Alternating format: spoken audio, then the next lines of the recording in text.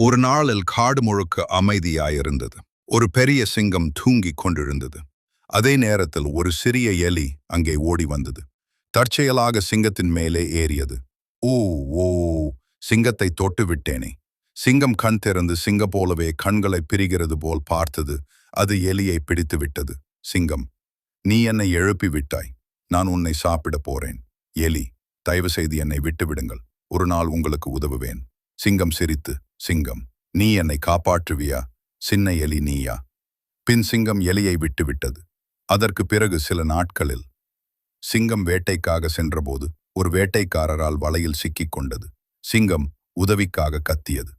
அதை கேட்ட எலி வந்தது. எலி, அந்த நாள் நினைவில் இருக்கிறதா? இப்போது நான் உங்களுக்கு உதவுகிறேன். எலி தன் கூரிய பல்லால் வலையை மெதுவாக கடித்து சிங்கத்தை விடுவித்தது. அதற்கு பிறகு சில நாட்களில் சிங்கம் வேட்டைக்காக சென்றபோது ஒரு வேட்டைக்காரரால் வலையில் சிக்கிக் கொண்டது. சிங்கம் உதவிக்காக கத்தியது. கதை முடிவு. சிங்கம், நீ ஒரு சிறிய எலி, ஆனால் உன்னிடம் பெரிய இதயம் இருக்கிறது. நன்றி என் நண்பா. அந்த நாள் முதல் சிங்கம் மற்றும் எலி நல்ல நண்பர்களாக இருந்தனர். கற்பனை பாகம். மோரல்: நண்பர்களை வெறுக்காதே. யாரும் சிறியதல்ல. நேரம் வந்தால் அனைவரும் உதவ முடியும்.